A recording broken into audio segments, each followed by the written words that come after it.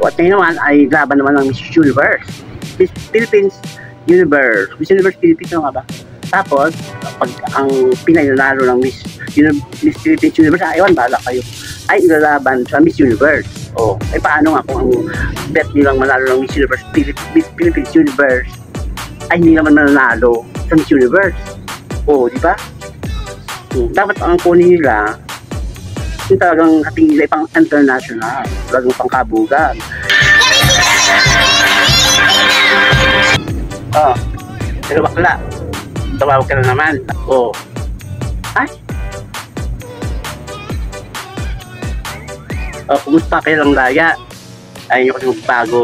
Yan. Oh, ako ay blood, hindi no?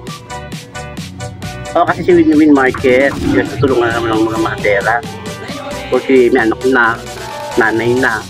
Dapat daw Miss Universe daw, dalaga ka. Kasi nga daw Miss.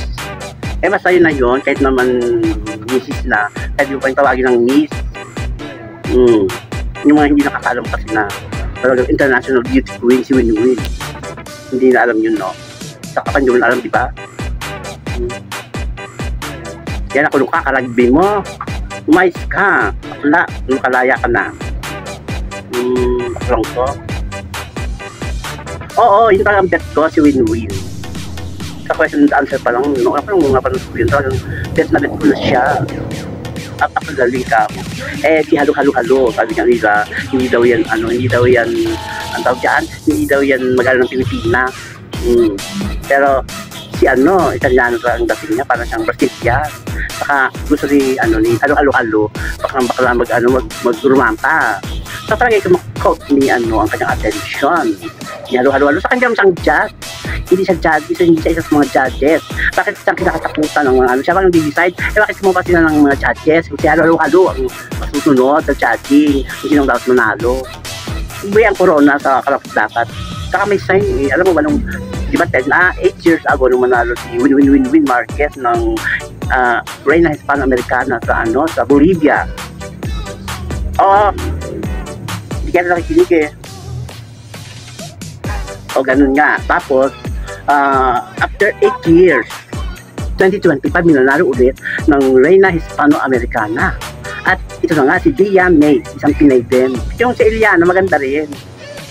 O yung maputi na talagang katawan, parang gitara, perfect na perfect. Maganda yung tagpilo. Kahit bakla ako, marang sabihin ng maganda, marang kumanga. Parang kinukit yung kanyang katawan, maganda. At ito lang si, si Win, maganda. Pero siyempre, sa dami ng magandang babae, pwede kang, magkakaibang ganda nyo. Maganda rin siya. Ika nga, meron mas may maganda sa kanya. Pero iba rin yung ganda niya. Diba? Ang katangian niya. Ganun lang yun. Katulad ko, ibang ganda ko, diba? Charot. Sige natin, baka nag-guide na yung dyan. Yung tagapalo ng mga preso. Ano ba yung tawag doon? Warden. Baka paluhin kang warden. Gawa mo? Ako lang to. Sige na. Abay, paano lang kita? May TV dyan? Siya. Babur. Tignan nila. Pag si Win ang nanalo sa Miss Universe Philippines, siya ang tsaka makapag-uwi ng Miss Universe Crown. Pero kapag iba, malabong may iuwi ang corona. Iba to din sa taga. O anong sa inyo mga bakla? Tapon ngayon, si Win Marquez.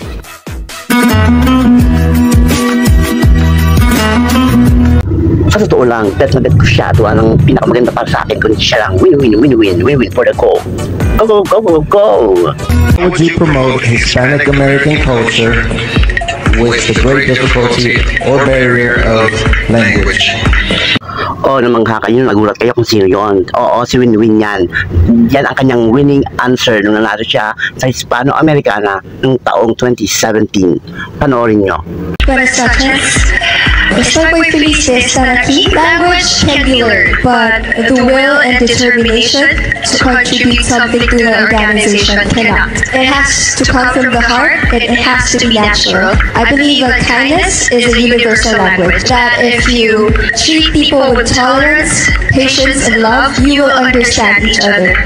Nos podremos comprendernos unos a los otros. O ano, na siya kayo, ano, ganyang katalino si Win Marquez.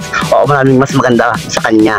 Hindi man siya pinakamaganda, pero siya talaga ang pinakamagaling yung gabi na yun. Talagang walang iba. Talagang pati mga judges ay naloka-loka sa galing niyang rumampa at sa kanyang galing sumagot. At alam ko, karamihan sa inyong mga iterang mga chismosang marites na nalalit kay Win Marquez ang nakapanood ng Hispano-Americana noong 2017 kung saan inuwi niya ang corona. Kaya ito, maglaway, maluka kayong mga kayo sa husay niya. Panoorin nyo.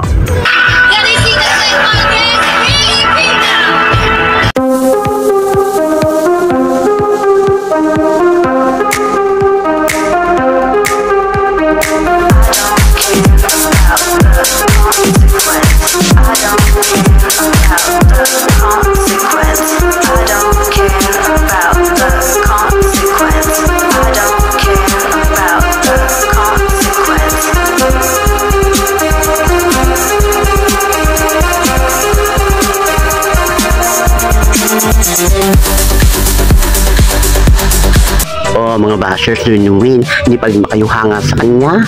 Lalo na ngayon may anak na siya.